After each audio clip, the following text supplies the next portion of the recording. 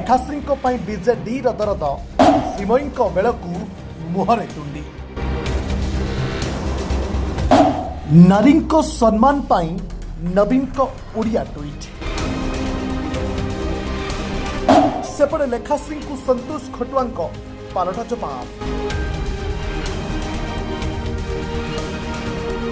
2024 October मासरे BJD आगधाड़ी नेत्री श्रीमयी मिश्र प्रति राजनैतिक उद्देश्य एभली सस्ता अरुचिकर और नारी चरित्र संघार भली मंतव्य मान देइथिले वरिष्ठ नेता सुरेश कुमार राउतराय। प्राय 3-4 दिन धरी नियमित ढंग से सुर एभली मंतव्य देले मात्र बीजेडी किंबा नवीन एने मुह खोलिले नाही। एबे बीजेपी विधायक श्री संतोष खटुआ देइथिबा पालटा जवाबठू सुरंक बयान अधिक अरुचिकर थिला, किंतु बीजेडी जड़े भी नेता एने मुह खोली नथिले।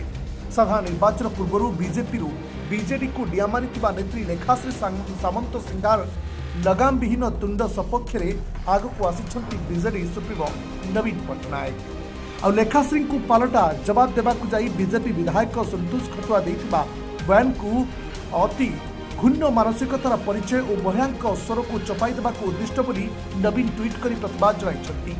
नवीन के ओडिया ट्वीट और बीजेडी पक्षर बालेश्वर और भुवनेश्वर महिला थाना एने एतला रुजु पर दल तथा दल सुप्रीमो दुमुहा चरित्र और नीति पदारे पड़ी। बीजेडी नेत्री श्रीमयी मिश्र प्रति गत अक्टोबर मासरे कांग्रेस वरिष्ठ नेता सुरेश राउतराय गणमाध्यम क्रमागत चरित्र संहार कला भली अनुरूप मंतव्य देते नवीन और बीजेडी तुंड खोली रखिले। व्यक्तिगत स्तर को जाई एक सांबादिक सम्मेलन में लेखाश्री करिथिबा आक्षेपर पालटा कड़ा जवाब बीजेपी विधायक श्री संतोष खटुआ देवा परे बीजेडी चैतन्य उदय होता। दल वरिष्ठ नेत्री प्रमीला मल्लिक 3 तारिख में सांबादिक सम्मेलन करी श्री खटुआ कुत्सित और निम्न रुचिकर मंतव्य को दृढ़ निंदा करने सह तुरंत समग्र नारी जाति निकट में क्षमा प्रार्थना करंतु बोली दाबी करथिले। प्रमीला सांबादिक सम्मेलन किछि घंटा न पूर्व बीजेडी सुप्रीमो नवीन पट्टनायक विलंबित राति में ओडिया भाषा एक ट्वीट माध्यम बीजेपी विधायक श्री संतोष खटुआ बयान को निंदा करथिले। बीजेडी जड़े नेत्री प्रति एपरी अपमानजनक मंतव्य अत्यंत दुखद और कदापि ग्रहणीय न बोली कहवा सह राजनीतिक प्रति उत्तर भाव में सर्वसाधारण जड़े महिला चरित्र संहार करने एक घूर्ण मानसिकतार परिचय और महिला स्वर को चपाई देवाक उद्दिष्ट।